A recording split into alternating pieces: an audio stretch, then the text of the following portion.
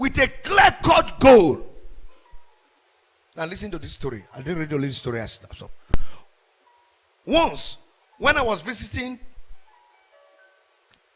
preacher in a church, the pastor's wife invited me to the pastor's office to come in. So in she walked. A nice spinster, over 30 years old.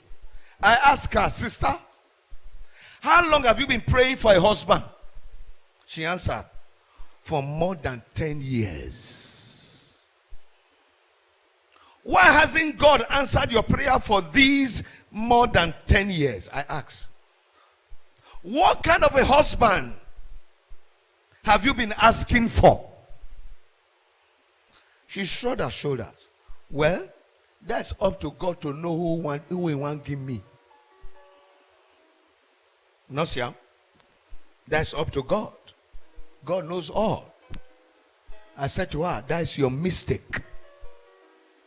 God never works by himself, but only through you.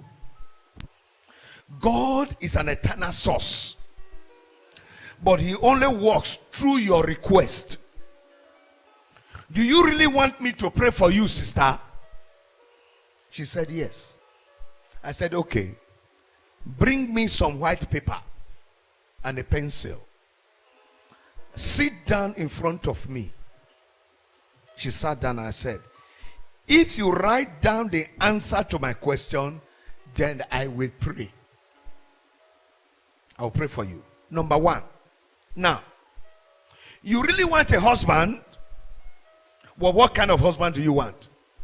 Asian, Caucasian, or black, or Chinese, Eskimo? Which type? She said Caucasian. That's all right. Okay, write it down. Number one, the husband must be a Caucasian. Number two, do you want a husband to be as tall as 6 feet, or small as 5 feet, or 3 feet? How do you want his height? Write it down.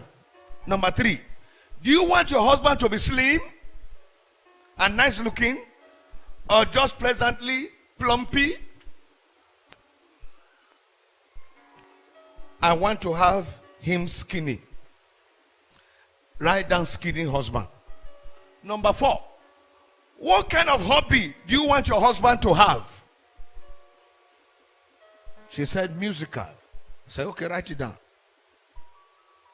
Number five, what kind of a job do you want your husband to have? She said, school teacher. I said, write it down. Okay, write down school teacher. I went through the 10 points with her and then said, please read aloud the list you have written down. So she read each point, 1 through 10, with a loud voice. Then I said, close your eyes.